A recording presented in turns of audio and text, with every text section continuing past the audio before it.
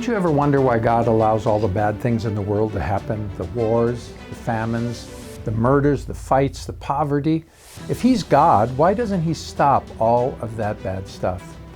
At the end of this segment, I'm going to tell you what I'd do differently if I was God. So please stay around till the end. And by the way, if you haven't already subscribed to our channel, I'd like to give you an invitation to do that right now by clicking that little button down in the corner of your screen. And if you have subscribed, please be sure to hit the like button and the notification button so you don't miss any of the new stuff that we're putting up on this channel. Now, I'm just a regular person just like you. I'm not going to pretend that I am God. But what I'd like to do here is use my own common sense to apply it to the first few chapters of the Bible in the book of Genesis. The information that is written in this book, the book of Genesis, is one of the reasons that the Bible has become the best-selling book and the most printed book since the printing press was invented by Johannes Gutenberg in Germany about 700 years ago.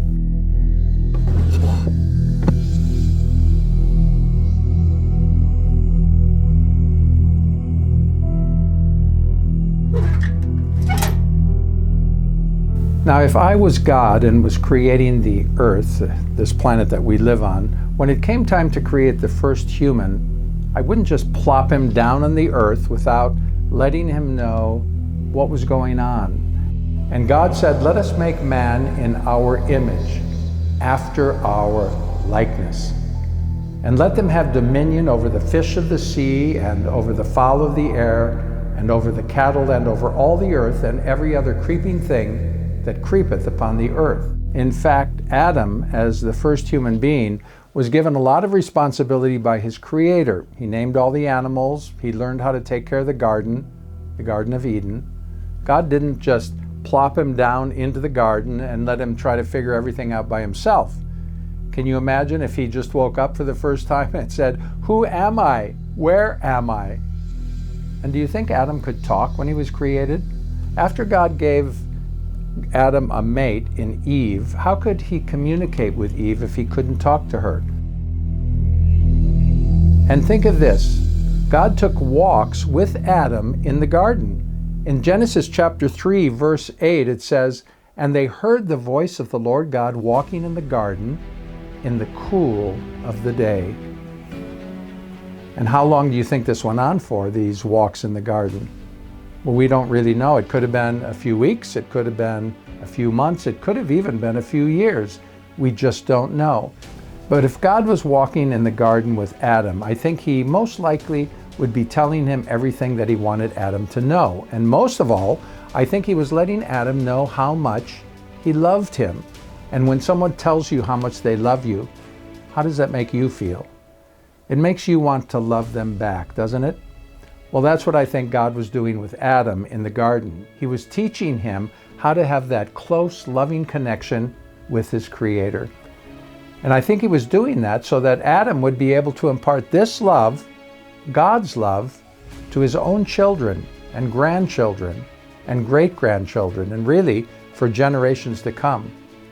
One thing we do know is that God was Adam's first teacher. God chose Adam because He knew Adam would be responsible to pass everything that he was learning from God on to his offspring.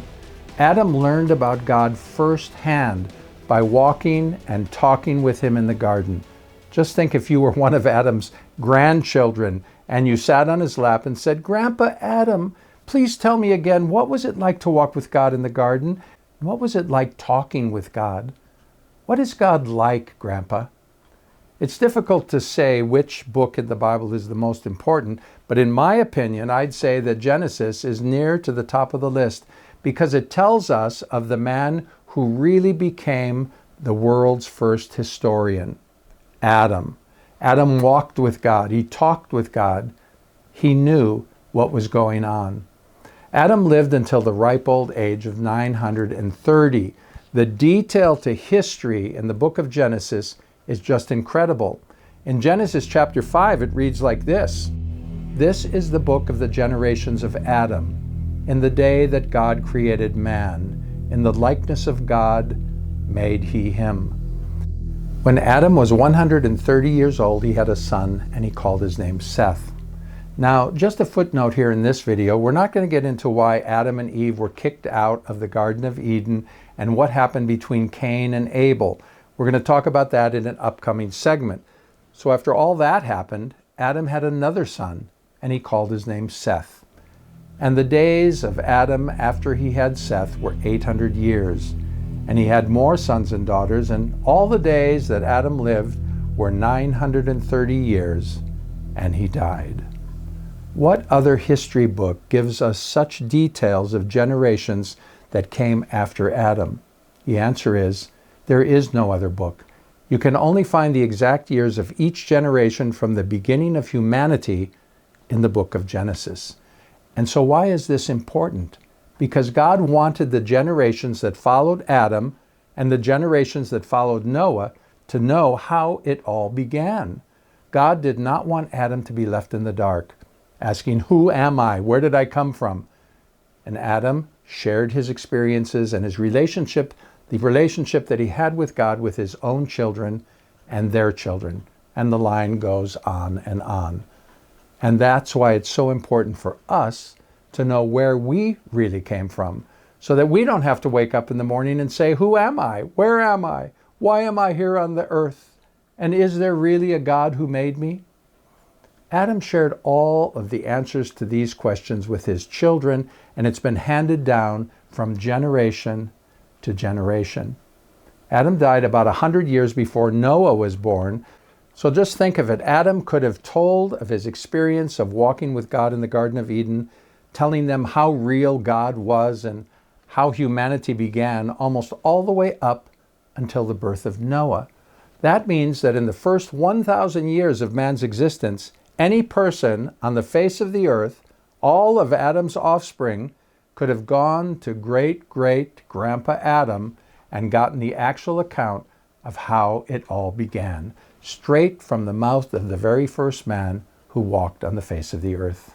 So let's take a closer look at the book of Genesis, chapter 5. This is the book of the generations of Adam. In the day that God created man, in the likeness of God made he him. Male and female created he them, and blessed them, and called their name Adam in the day when they were created. Adam lived 130 years and begat a son in his own likeness after his image, and he called his name Seth. And Seth lived 105 years and had a son that he named Enos. And Enos lived 90 years and had a son that he named Canaan. And Canaan lived 70 years and had a son that he named Mahalalel. And Mahalalel lived 65 years, and he had a son that he named Jared. And Jared lived 162 years, and he had a son that he named Enoch. And Enoch lived 65 years, and he had a son named Methuselah. And Methuselah lived 187 years, and he had a son that he named Lamech. And Lamech lived 182 years, and he had a son, and he called his name Noah, saying, "This same shall comfort us concerning our work and the toil of our hands, because of the ground which the Lord hath cursed." And Noah was 500 years old and had 3 sons, Shem, Ham, and Japheth. And that brings us right to the time of the great flood, which is called Noah's flood, which nearly wiped out the entire human race. So the flood came about 4,350 years ago, 1,656 years after Adam was created. And if you add those two numbers together, you'll get roughly 6,000. And that's why you hear Bible-believing people say that they believe the age of the earth is 6,000 years old. Not 4.5 billion, which is pretty much the accepted theory in some science circles today because of what is called radiometric dating. Radiometric dating, or radioactive dating, is a technique which is used to date materials such as rocks or carbon. The use of radiometric dating was first published in 1907 by a guy named Bertram Boltwood, and it's now the main source of information in the science world about the age of the Earth itself, which most people believe to be around 4.5 billion years or more. Now, If you met Adam on the very day that God created him, how old do you think he would have been? 18? 21? 30? No, he would have just been 1 day old. But you see, when God created Adam, he created him with what we're going to call apparent age. In other words, Adam might have looked like he was 20 years old, even though he was only 1 day old. And even though the earth might have looked like it was 4 billion years old when it was created, it was really only 1 day old, just like Adam. You see, God is able to create things that have what we call apparent age. If God created a redwood tree today, we'd probably look at it and think it was maybe 300 years old. But we'd be wrong. On the day that God created that tree, it was only 1 day old, even though it might have looked like 300 years old or 500 years old. And that's how the so-called scientific world gets it wrong today. They don't believe that God created the world in the 6 days that it says in Genesis chapter 1. When God creates something, he doesn't have to wait around for millions or billions of years, waiting for it to evolve into what he wants it to become. He has the creative power to make a full-grown tree, or a full-grown animal, or a full-grown man, just like that. How important are all these details? Well, they are extremely important to us to understand who we are and where we came from. And God intended them to be handed down from generation to generation because our loving Father in heaven wants us, his children, to know what life is all about. So let's go back to our original question. If I was God, what would I do differently? Well, I don't think I would have done anything differently. I think God got it right.